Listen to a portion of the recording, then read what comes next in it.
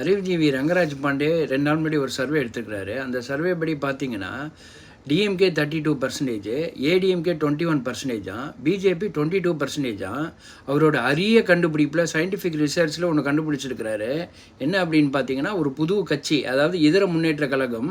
அந்த கட்சி எப்படி 25% வாங்கினாங்கன்னே தெரியலை. பரவாயில்ல, எனிவே அந்த கட்சிக்கு வாழ்த்துக்கள். அதே மாதிரி 2021 பார்த்தீங்கன்னா, திரு ரங்கராஜ் பாண்டே அவர்கள் ஒரு சர்வே எடுத்தார்.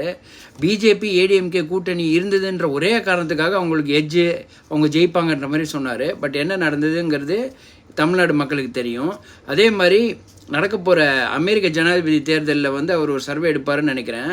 அந்த சர்வே படி பார்த்தீங்கன்னா, பிடனுக்கு 39%, பிஜேபிக்கு 31%, ட்ரம்ப்புக்கு 31% ஒரு சர்வே எடுப்பார்னு நினைக்கிறேன். அந்த சர்வே படி பார்த்தீங்க அப்படின்னா, இப்போ ஜோ பிடனும் ட்ரம்ப்பும் என்னடா பண்ணுறதுன்னு கையை பிசைஞ்சிட்டு இருக்காங்க. பிஜேபியோட கூட்டணி வைக்கலாமா வேணாமான்னு யோசிச்சுட்டு இருக்காங்க.